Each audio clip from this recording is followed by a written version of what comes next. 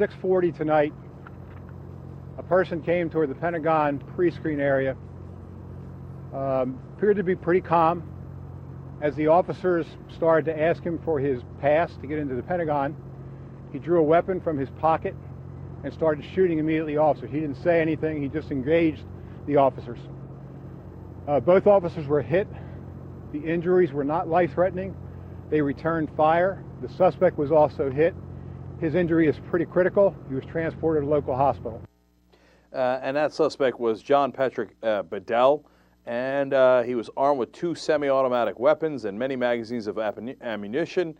And you're going to be shocked to find out he was anti-government. He had been,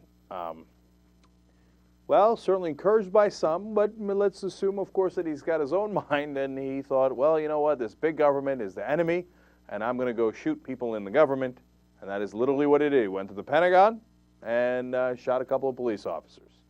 And it turns out that he is, more than anything else, libertarian. Let me read you a quote of his that is a little eerie, because we've heard these kind of quotes before. The blatant violations of the Constitution's limitations on the economic role of the government, accomplished through many subtle usurpations, sorry for blowing that, over many decades, are perhaps even more pernicious than and are certainly a key motivation for the violent seizure of the United States government.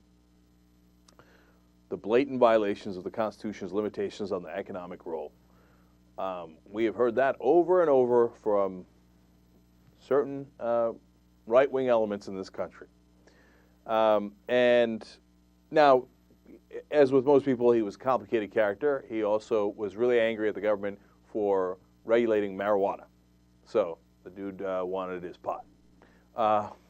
And he thought that there was a 9/11 conspiracy, and that was being covered up, and that there was a conspiracy in the 1990s to cover up the murder of a Marine, and that's Colonel James Sabo. It was ruled a suicide, but there was these conspiracies that it was a murder. I have no idea. I don't know anything about that case.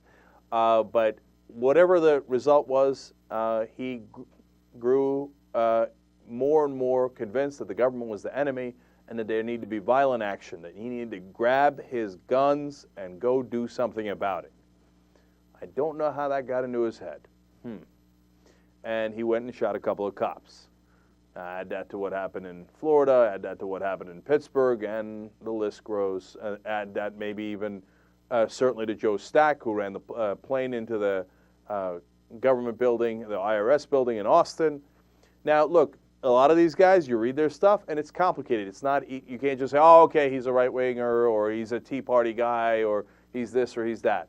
But one thing they all share is the government is the problem, violence is the answer.